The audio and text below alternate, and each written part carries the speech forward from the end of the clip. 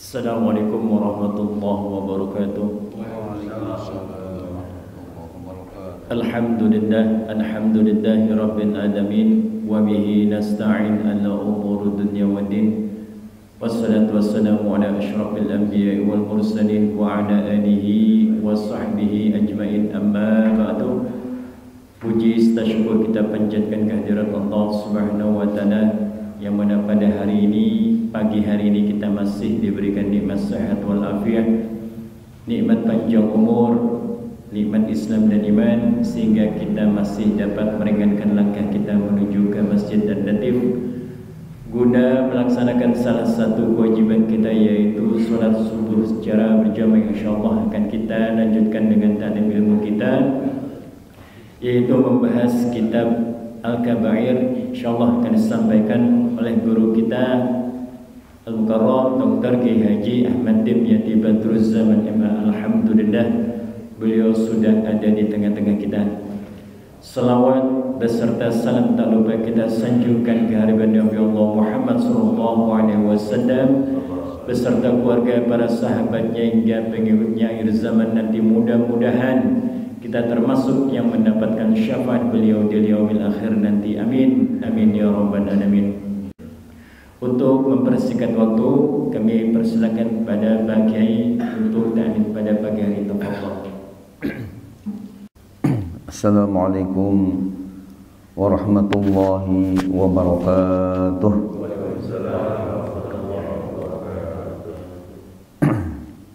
Ada hadis dari Nabi bahwa arba'un ahabul kalam ilallahi arba'un, ada 4 kata yang sangat disenangi oleh Allah, sangat dicintai oleh Allah ketika diucapkan oleh kita sebagai hamba-hambanya, yakni subhanallah walhamdulillah wala ilaha illallah wallahu akbar.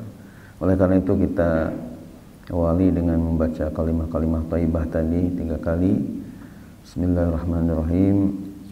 Subhanallah walhamdulillah wa la ilaha illallah wallahu akbar. Subhanallah walhamdulillah wa la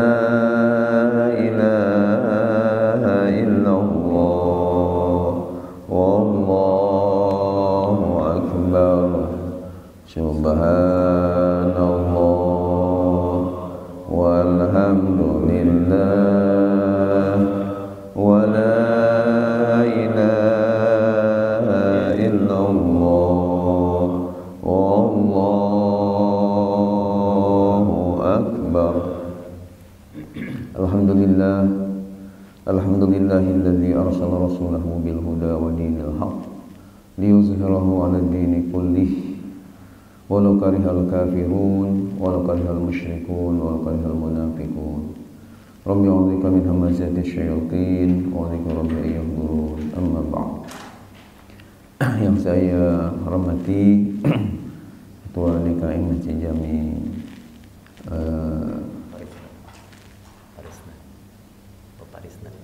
Pak Lisna Masjid Jami Al-Latif, ya, Bapak Risna beserta Bapak Haji Andri, juga Bapak Misbah. Hadirin yang dimuliakan oleh Allah Subhanahu wa taala, marilah kita bahas sekarang ini pada halaman 23. Jadi Al-Kabiratus Sabi'ah, dosa besar yang ke-7. Ya, namun karena agak pendek mungkin bisa kita nanti tambah ke tema yang berikutnya, ya. Jadi saya melihat ini buku ini bukan karangan saya, tapi karangan Syekh Imam Syamsuddin Abi Abdullah Muhammad bin Ahmad bin Utsman, itu Az-Zahabi, ya, seorang ulama besar. Dalam masalah tema-temanya kadang-kadang ada yang panjang, tapi ada juga yang pendek. Sehingga kalau panjang cukup 1 tema, tapi kalau yang pendek ya bisa 2 atau 3 tema, sehingga tidak terlalu pendek dan tidak terlalu panjang pembahasannya. Untuk yang tema pertama ini kita bahas di sini al-kabiratus sabi'atu, yakni dosa besar yang ketujuh. Aklu riba, memakan ya riba, ya, memakan harta dari hasil riba. Qala Allah Ta'ala, Allah Subhanahu wa taala berfirman, Ya ayyuhalladzina amanu taqullaha wa dharu ma baqiya minar riba in kuntum mu'minin fa in lam taf'alu fa'dhanu biharbin minallahi wa rasulih. Al-ayah artinya adalah Ya ayyuhalladzina amanu, wahai sekalian orang-orang yang beriman, ittaqullaha, bertakwalah kalian kepada Allah, wazaru ma baqiya minar riba, dan tinggalkanlah apa yang tersisa daripada riba, in kuntum mu'minin, jika kalian benar-benar menjadi orang-orang yang beriman. Fa illam taf'alu fa'dzanu biharbin minallahi wa rasulih. Maka jika kalian tidak melakukannya, maka izinkanlah ya untuk perang, ya, perang minallahi, dari Allah, wa rasulih, dan rasulnya. Ini ada dalam Al-Quran surah Al-Baqarah. Ya, al-ayatani ini dua ayat, yakni ayat 278 dan 279.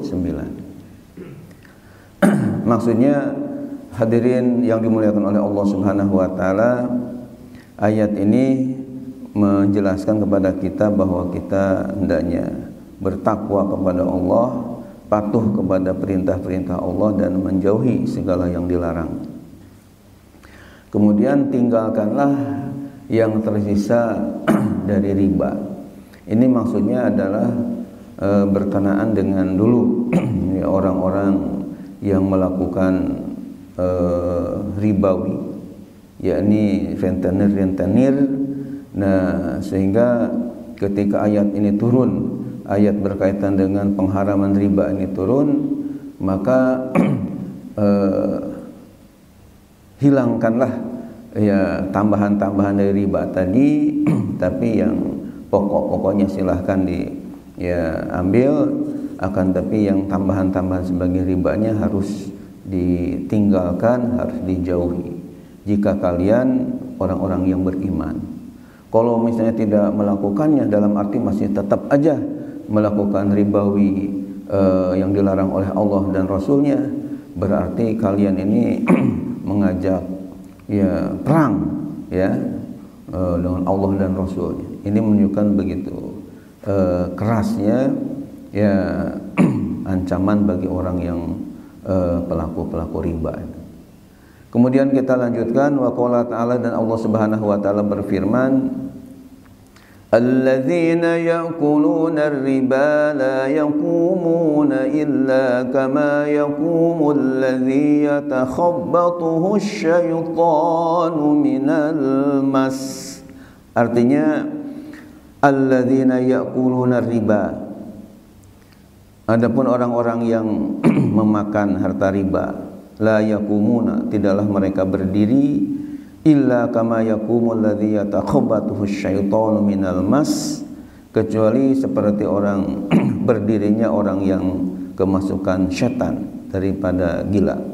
Ila qoulihi, sampai kepada firman Allah taala, wa man ada, dan barang siapa yang mengulangi lagi ya melakukan ribanya, faulaika ashabun nar, maka mereka itu adalah penghuni-penghuni api neraka. Hum fiha khalidun, mereka di dalamnya kekal.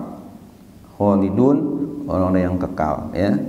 Ini di footnote-nya ada berdua, maksudnya surah Al-Baqarah ayat 275. Lalu dijelaskan di sini fahadza wa'idun azimun. Maka ini adalah rupanya merupakan ancaman yang sangat agung, yang sangat besar, bil huludi finnari, dengan kekal finnari dalam api neraka. Kama taro, sebagaimana Anda melihat, liman ada ila riba ba'dal mau'izah, bagi orang yang mengulangi lagi ya kepada riba ba'dal mau'izati, setelah adanya nasihat atau penjelasan tentang haram riba. Fala haula wala quwata illa billahil aliyil azim, maka tidak ada daya upaya dan tidak ada kekuatan kecuali dengan pertolongan Allah yang maha tinggi lagi maha agung. Wa qala Nabi sallallahu alaihi wasallam, dan Nabi kita Muhammad sallallahu alaihi wasallam telah bersabda, ijtanibus sab'al mubiqati. Kata beliau, jauhilah oleh kalian 7 hal yang mubiqat ay muhlikat ya, yakni 7 hal yang akan membinasakan. Qalu, para sahabat bertanya, wa ma hunna ya Rasulullah? 7 hal yang akan membinasakan itu apa saja wahai Rasulullah? Qala, Rasulullah bersabda menjawab, asyirku billah, yang pertama syirik atau musyrik kepada Allah, menyekutukan Allah.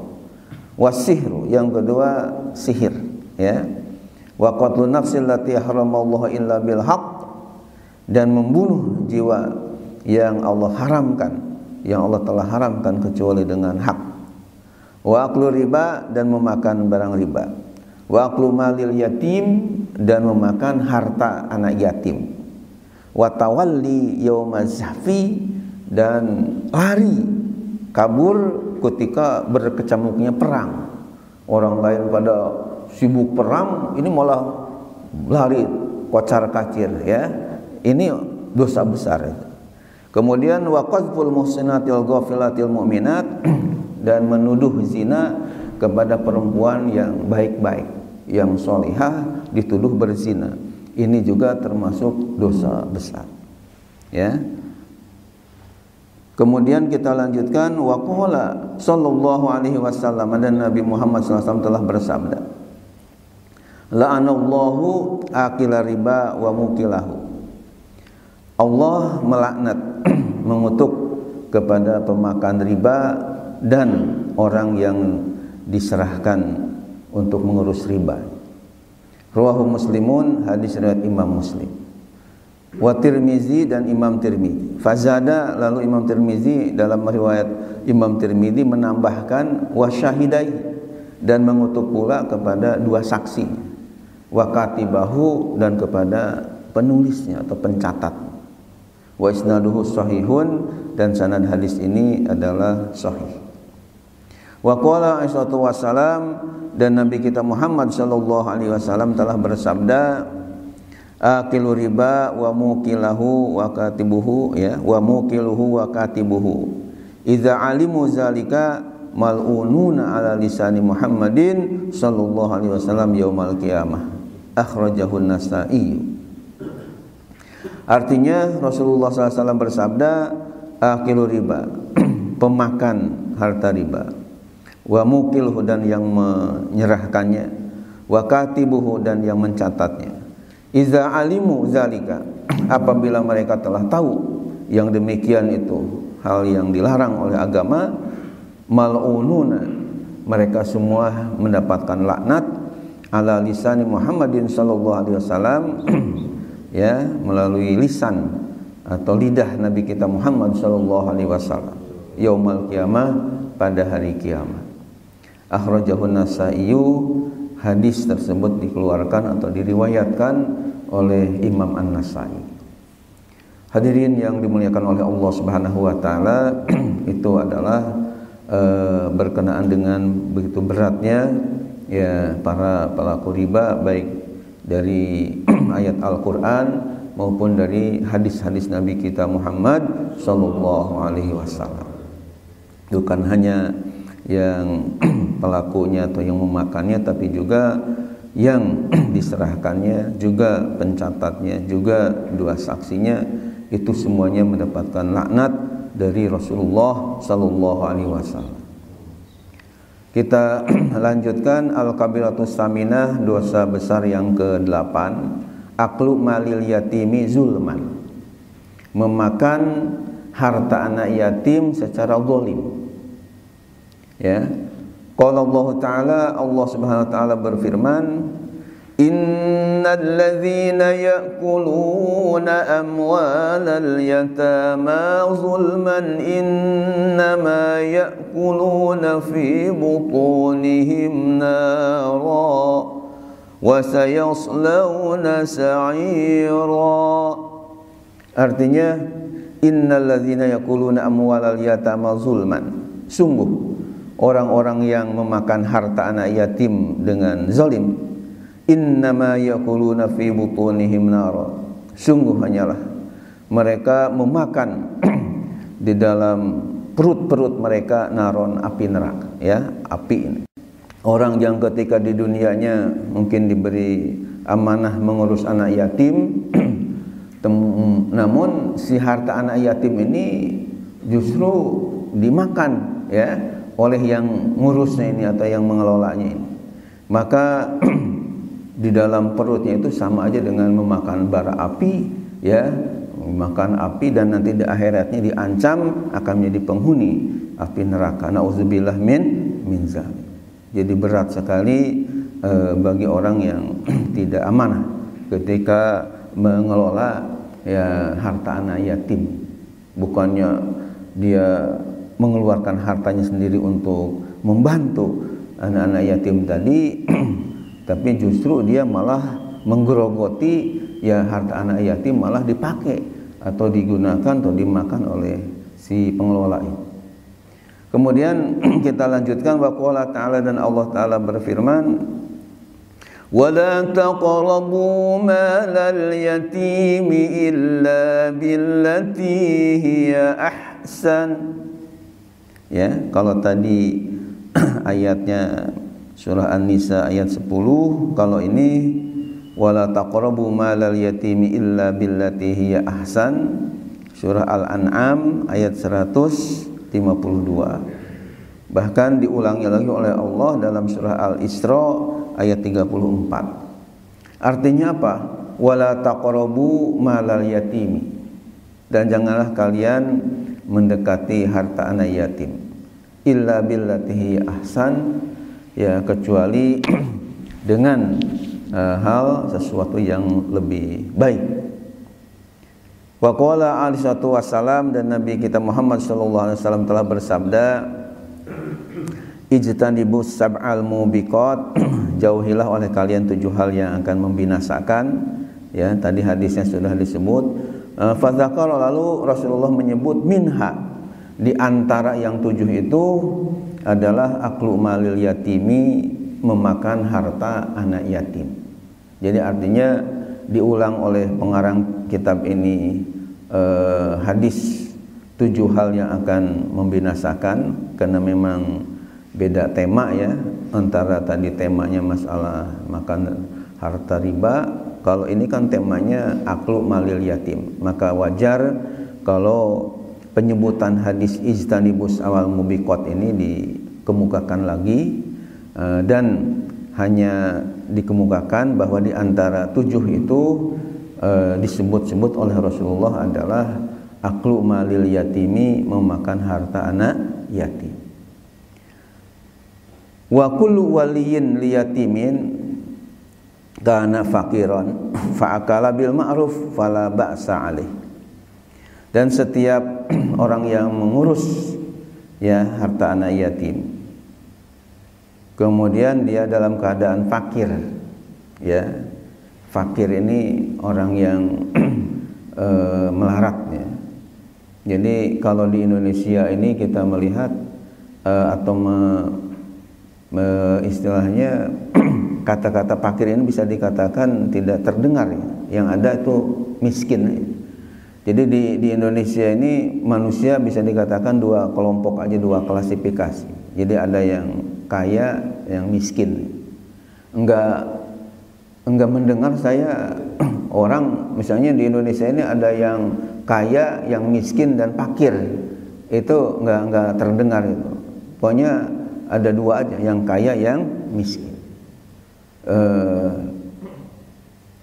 Beras saja ketika dulu ada pembagian istilahnya raskin, ya, tidak ada raskir, ya. Jadi hanya kaya miskin, gitu. Padahal dalam Islam itu, bahkan dalam Al-Quran sendiri ada istilah fakir yang jamannya fukoro, selain miskin yang jamannya masakin, ya. Bacanya ada panjangnya iyanya, ada kapnya, ada panjangnya, yakni masakin, bukan masakin, ya. Pernah saya ceramah di Depok ini, ada dua mubalignya, saya belakang, ada mubalig yang pertama, dia bilang ya kita harus punya perhatian kepada fukara dan masakin, ya.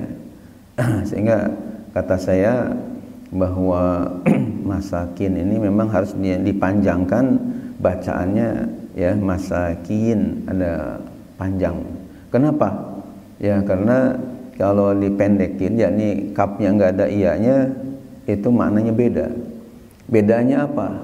Karena ini kita sedang ilmiah, ya. Jadi bedanya itu kalau pendek masakin itu mufradnya adalah maskan.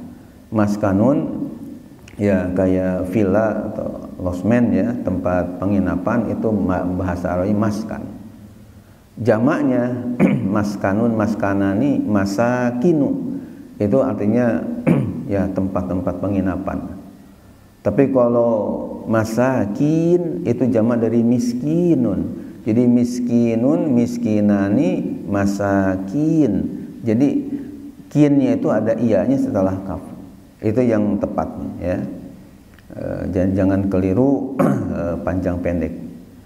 Nah, jadi kalau di dalam kajian katakanlah keislaman atau dalam Al-Quran sendiri ada fakir, ada miskin. Misalnya dalam surah At-Taubah ayat 60 berkaitan dengan masalah pembagian harta zakat itu, di antara asnaf yang 8 kan ada innamas shadaqatu lil fuqara'i wal masakin. Jadi antara fakir dengan miskin ini dipisah. Jadi tidak, kalau di Indonesia seolah-olah yang fakir ya miskin, yang miskin juga fakir juga. Padahal di sini istilahnya fakiran ini beda, ya, dengan miskin. Bedanya kalau miskin itu sudah mirip-mirip jadi orang kaya, walaupun belum orang kaya tapi sudah mendekati. Tapi kalau orang fakir ini adalah di bawah miskin, ya, jadi istilah di kita mungkin melarat, ya, orang yang sangat papa, itu namanya fakir. Nah, di sini barang siapa yang atau setiap orang yang mengurus harta anak yatim, namun dia dalam keadaan fakir, tadi melarat tadi, tidak mampu, fa'akala bil ma'rufi, lalu ia makan tapi dengan ma'ruf, ya, ma'ruf itu dengan yang wajar, fala ba'sa alaih, maka tidak mengapa alaihi atas. Maksudnya kalau misalnya ada seorang pengelola harta anak yatim di mana dia misalnya kerjanya itu hanya mengurus harta anak yatim sehingga tidak bisa untuk mencari nafkah ke tempat lain, karena kan sehari-hari ngurus anak yatim terus dan mengelola harta yang diberikan oleh agnia, oleh orang kaya kepada anak yatim tadi. Nah, sehingga kan tentu dia harus makan, harus minum dan yang lain-lainnya. Bagaimana kalau misalnya ngambil dari harta anak yatim itu yang wajar, ya, maka dalam hukum Islam dikatakan fala ba'sa alaih, itu tidak mengapa untuk mengambilnya, asalkan yang wajar. Kira-kira kalau dia kerja di tempat lain, kira-kira dapat upah berapa dengan kerja seperti mengelola anak yatim ini? Nah, kira-kira dapatnya misalnya 500.000, ya bisa seperti itulah yang bisa diambil dari harta yang dikelola dari anak yatim tadi. Wa mazada 'alal ma'rufi fasuhtun haramun. Tapi kalau misalnya lebih dari yang sewajarnya. Karena dia merasa, wah saya kan sebagai pengelola seenaknya aja. Padahal kalau kerja di tempat yang lain tidak seperti itu gajinya atau upahnya. Nah yang lebihnya itu hukumnya haram, dimakan oleh si pengelola tadi. Wal ma'rufu yurja'u fihi ila urfinas al-mu'minin al-khalin al-agradil khabisah. Sedangkan untuk mengetahui wajar tidak wajarnya, batasannya berapa? Nah, di sini yurja'u fi ila urfinas, dikembalikan kepada adat ya yang berlaku pada manusia. Al-mu'minin yang orang-orang beriman, al-khalina yang sepi, yang sunyi, yang kosong, minal agradil khabisah, dari tujuan-tujuan yang buruk. Jadi artinya yang wajarnya itu menurut uruf ya, menurut adat kebiasaan, kira-kira berapa kalau dia ngurus anak yatim. Dan ini tentunya ada kaitan juga dengan jumlah anak yatim yang diurus ya. Karena ada juga teman saya di Cibubur sana punya pondok pesantren yang memang santri-santrinya itu ya anak-anak yatim gitu kan. Nah ketika yang diurus anak yatimnya 10, tentu beda dengan yang diurus 100 ya. Yang 10 tentu agak mudahan ngurusnya dibandingkan yang 100 ya. Nah sehingga ada ungkapan istilah al-ujrah biqadril masyaqqah. Artinya pahala itu atau upah mengikuti kerepotan. Jadi kalau mengurus 10 orang tentu tidak begitu repot dibandingkan dengan 100 yatim. Ya tentu ketika ngambil upah dari anak yatim atau dari anak yatim yang ia urus 10 tadi, tentu tidak sama dengan mengambil upahnya ketika dia mengurus anak yatimnya yang 100 tadi. Apalagi yang anak yatimnya 1000, ya tentunya diri beda lah. Jadi artinya ketika dia mengambil ya upah dari harta anak yatim yang ia kelola tadi, dilihat bagaimana menurut adat ini. Biasanya kalau saya kerja seperti ini di tempat lain, kira-kira wajarnya itu berapa? Dan ketika yang diurus antara yang sedikit dengan yang banyak, ya tentu kalau sedikit wajar kalau sedikit upahnya, kalau banyak ya wajar juga kalau agak banyak upahnya. Itu jadi dilihat kepada istilahnya uruf ya, kepada adat kebiasaan yang ada di tengah-tengah masyarakat kita. Hadirin yang dimuliakan oleh Allah Subhanahu wa taala. Udah jam berapa?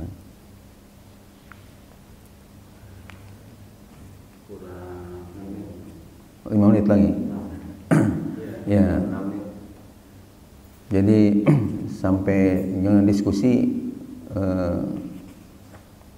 berapa menit lagi? Ada 20 ya. Mungkin satu lagi yang pendek ini. Al-kabiratu tasi'ah, dosa besar yang ke-9, al-kizbu ala Nabi sallallahu alaihi wasallam, berdusta kepada Nabi kita Muhammad sallallahu alaihi wasallam. Ini ada kaitan dengan bulan Rabiul Awal mungkin, jadi ada hubungan dengan Nabi kita Muhammad sallallahu alaihi wasallam. Jadi termasuk dosa besar yang ke-9 adalah ketika seseorang berdusta atas nama Nabi kita Nabi Muhammad sallallahu alaihi wasallam. Al-kizbu ala Nabi sallallahu alaihi wasallam kufrun ya, yankulu anil millah.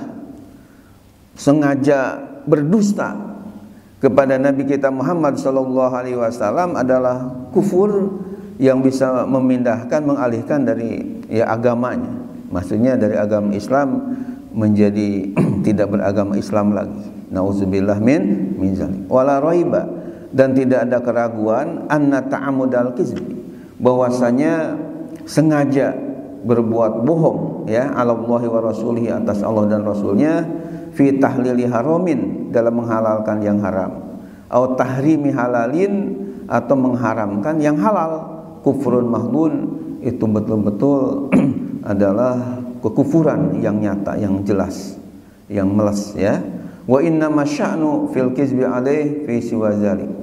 Adapun keadaannya dalam ya berdusta kepadanya dalam hal selain itu. Qala Nabi sallallahu alaihi wasallam, Nabi kita Muhammad sallallahu alaihi wasallam bersabda, inna kizban alayya laisa ka kizbin ala ghairi. Sungguh berdusta kepadaku bukanlah seperti berdusta kepada selain aku. Artinya berdusta kepada Nabi dibandingkan dengan berdusta kepada selain beliau itu beda ya. Dalam dosanya itu kepada Nabi lebih besar. Kemudian Nabi bersabda begini ya, man kadzaba alayya muta'ammidan, barang siapa yang berdusta kepadaku dengan sengaja, falyatabawwa maq'adahu minan nar, maka hendaklah mempersiapkan tempat duduknya dari api neraka. Nauzubillah min, tempat duduk tempat duduk dari api neraka luar biasa ya, pantatnya kepanasannya. Wa qala sallallahu alaihi wasallam, dan Nabi kita Muhammad SAW bersabda, man kadzaba alayya bunyalahu baitun fi jahannam, barang siapa yang berdusta kepadaku, bunyalahu baitun fi jahannam, maka akan dibangun lahu baginya baitun, sebuah rumah, fi jahannam, di dalam api neraka jahannam. Jadi barang siapa yang berdusta kepada Rasulullah, maka di akhiratnya nanti di api neraka jahanam rupanya dibangun rumah, tapi rumahnya dari api. Luar biasa ya gosongnya. Nauzubillah min, sahihun, hadis ini sahih. Wa qala sallallahu alaihi wasallam, Nabi kita Muhammad SAW bersabda, man yaqul anni malam aqulhu, barang siapa yang berkata ani dariku, malam aqulhu, sesuatu yang aku sendiri tidak mengucapkannya. Hanya kata Nabi begini, tapi aku sendiri tidak berkata seperti itu. Falyatabawwa maq'adahu minan nar, maka hendaklah ia mempersiapkan tempat duduknya dari api neraka ya. Jadi ini berkaitan dengan beratnya berdusta kepada Nabi kita Muhammad sallallahu alaihi wasallam. Wa qala alaihi wasallam, Nabi kita Muhammad SAW bersabda, yutba'ul mu'min ala kulli syai', akan dicap seorang mukmin atas segala sesuatu, illal khiyanah wal kizb, kecuali kaitan dengan khianat dan kedustaan. Jadi yang lainnya akan dicap oleh Allah Subhanahu wa taala, tapi masalah khianat dan kizb ini lebih dari itu, tentunya berat sekali hukumannya dari Allah Subhanahu wa taala. Wa qala sallallahu alaihi wasallam, Rasulullah bersabda, man rawa anni hadisan. Nah ini berkaitan dengan hadis ya. Man rawa, barang siapa yang meriwayatkan anni dari aku hadisan, sebuah hadis, wa huwa yura annahu kadzibun, dan dia itu terlihat bahwa apa yang diriwayatkan itu bohong, fahuwa ahadul kadzabin, maka dia termasuk salah satu pembohong. Fala halaka, maka nyatalah bagi anda bihaza, dengan ini, anna riwayatal maudhu'i la tahil, bahwasanya meriwayatkan hadis maudhu atau hadis palsu, la tahilu, tidak halal. Tidak halal artinya adalah haram hukum. Nauzubillah min. Hadirin yang dimuliakan oleh Allah Subhanahu wa taala, itu ya 3 tema yang pendek-pendek yang berkaitan dengan hal-hal yang dilarang oleh Allah Subhanahu wa taala, berkaitan dengan masalah meriwayatkan hadis. Ini juga kita harus berhati-hati ya. Saya melihat bahwa ada di antara penceramah kita, enggak usah disebutkan namanya, masih di daerah Depok ini ya, saya sendiri hadir ketika acara Maulid tahun yang lalu ya. Saya lihat penceramah ini hanya sekedar istilahnya ingin rame, ingin dikasih istilahnya oplus atau tepuk tangan oleh hadirin, tidak peduli dengan hadisnya itu hadis palsu, berbohong kepada Rasulullah Shallallahu Alaihi Wasallam. Ya, ini sebagai tambahan barangkali penjelasan, ada hubungan dengan riwayat hadis palsu ini yang memang bukan katanya ya. Jadi saya sendiri menyaksikan ceramahnya supaya ramai aja. Misalnya dia cerita begini, bahwasanya di hadapan umum ya, di waktu di ceramah Maulid, bahwasanya ada seorang ustadz yang sudah tua ya kira-kira usia 70 tahunan lah ustadz. Rupanya istri yang tuanya meninggal, akhirnya karena punya santri ya, akhirnya dia nikahlah dengan seorang santri atau perempuan yang usianya kira-kira baru 17 tahun. Jadi si ustadznya ini, kiai ini sudah usia 70 tahun, yang sudah sakit-sakitan, tapi nikah sama seorang santri putri yang usia berapa? 17 tahun. Nah, tapi karena si bapak dari seorang perempuan ini katanya adalah senang dinikah oleh seorang kiai yang cukup terkenal, karena ingin zuriyah thayyibah dengan mudah-mudahan jadi punya keturunan yang baik-baik dari Pak Kiai tadi. Akhirnya dinikahkan. Nah, dia cerita si Mubalig ini ya, cerita kemudian tibalah malam Jumat. Kemudian ketika tiba malam Jumat akhirnya si ustadz yang udah tua tadi ingin melakukan ya istilahnya tim Swiss. Apa itu tim Swiss? Hubungan intim suami istri. Tapi karena si perempuan ini baru usia 17 tahun dan katakanlah masih belum ada pengalaman apa-apa, merasa ketakutan dan merasa enggan untuk melakukannya. Baru namanya pengantin baru. Tapi Pak Ustadz yang sudah pengalaman tadi, bagaimana caranya supaya si perempuan ini kena santri sedikit-sedikit ngerti lah masalah agama, apalagi kalau disebutkan hadis Nabi, tentu akan ya istilahnya kelepak-kelepak ya akan tunduk dan taat. Akhirnya si Ustadz tua ini, kata si penceramah, langsung dia berkata bahwa ya Nabi Muhammad SAW telah bersabda ya, man jama'a lailatal jum'ah faka'annama qatala sab'ina yahudiyan. Artinya neng ada hadis yang menyatakan barang siapa yang hubungan suami istri pada malam Jumat, maka pahalanya seperti orang membunuh 70 Yahudi ya. Jadi besar sekali pahalanya. Nah, karena katanya, kata si penceramah ini, karena si perempuan si ya istrinya tadi mendengar begitu besar pahalanya, akhirnya dia mau melakukannya ya. Nah, kemudian setelah dilakukan itu malam Jumat berikutnya, kasih penceramah nambahkan lagi ya, pada malam Jumat berikutnya si perempuan tadi, istrinya yang masih muda belia tadi, karena katanya udah ketagihan, udah tahu, akhirnya nagih ya. Nagih, bagaimana nih kalau kita ya bunuh lagi 70 Yahudi ya. Cuma si ustadz yang sudah tua renta tadi penyakit rematiknya kambuh ya, akhirnya enggak siaplah untuk melakukannya. Cuma kata si penceramah, karena pakai tua ini sudah banyak pengalaman, sehingga dia berdalih dengan berkata kepada istrinya yang muda tadi, Neng, malam Jumat sekarang ini rupanya orang-orang Yahudi udah pada mati, Neng ya. Jadi alasan dia tidak mampu melakukannya karena rematiknya kambuh itu. Nah, ini supaya ramai, supaya pada ketawa seperti itu. Nah, intinya bahwa itu sebenarnya hadisnya tidak benar ya, tidak ada di dalam Bukhari, Muslim, Abu Dawud, Tirmidzi, Nasai, Ibnu Majah dan yang lainnya. Cuma dikarang-karang, tapi sabdanya ini sebenarnya adalah hadis palsu, tidak boleh kita ikuti.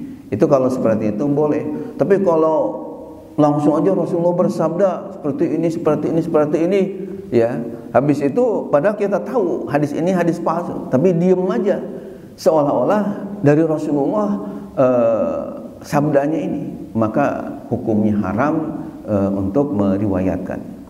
Dan tadi diancam bahwa orang yang man yakul anni malam akulhu, barang siapa yang berkata dari aku padahal aku tidak mengatakannya, fal yatabawa maq'anuhu minan nar, maka dia hendaknya mempersiapkan tempat duduknya dari api neraka. Oleh karena itu kepada khususnya para khotib, kepada para dai, para penceramah saya anjurkan supaya lebih berhati-hati ya, karena ada juga dari salah seorang ustadz yang menginformasikan kepada saya ya, ada penceramah yang baru-baru ini muncul katanya tidak bisa membedakan antara maqalah ya ulama dengan hadis Nabi ya, sehingga akhirnya maqalah ulama juga dikatakan hadis Nabi aja. Nah ini tentunya tidak baik. Misalnya ada yang berkata misalnya Nabi bersabda ijtahid wala taksa wala taku gofilan panadamatul uqbal liman yatakasal. Sungguh-sungguhlah kamu jangan menjadi orang malas, karena akan menjadi menyesal ya bagi orang yang lalai atau pemalas di kemudian hari. Ini setelah diteliti ternyata hanya maqalah itu ucapan ulama atau katakanlah nasihat ulama. Tapi dikatakan ini adalah sabda Nabi Muhammad. Nah ini keliru, karena Nabi tidak bersabda begitu ya. Nah makanya oleh karena itu harus kita milih-milih mana ayat Quran, mana hadis Nabi, mana dari kaul ulama ya, harus bisa membedakan. Saya dengar juga ada katanya Pak Lurah, nggak usah sebutkan lurahnya mana ya, kadang-kadang antara ya hadis dengan Quran juga kadang-kadang istilahnya disatukan dalam penyebutan. Ini juga nggak pas. Misalnya katanya Pak Lurah mengatakan talabul ilmi fardhatun ala kulli syai'in qadir ya. Jadi harus kan talabul ilmi fardhatun ala kulli muslimin ya. Bahkan ada penambahan muslimatin yang asliin Ibnu Majah itu ala kulli muslimin, setiap umat Islam baik laki maupun perempuan. Tapi oleh Pak Lurah tadi karena saking mungkin ya semangat ya pidato untuk menyatakan bahwa mencari ilmu itu adalah hukumnya wajib ya, tapi kadang-kadang ikut kepada ayat Quran yang terucap talabul ilmi fardhatun ala kulli syai'in qadir ya. jadi keliru ya.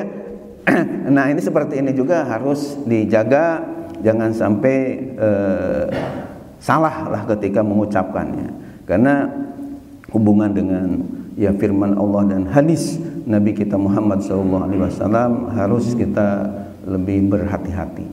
Insya Allah kita akan lanjutkan bulan depan insya Allah Al-Kabiratul Ashirah, yakni dosa besar yang ke-10 insya Allah.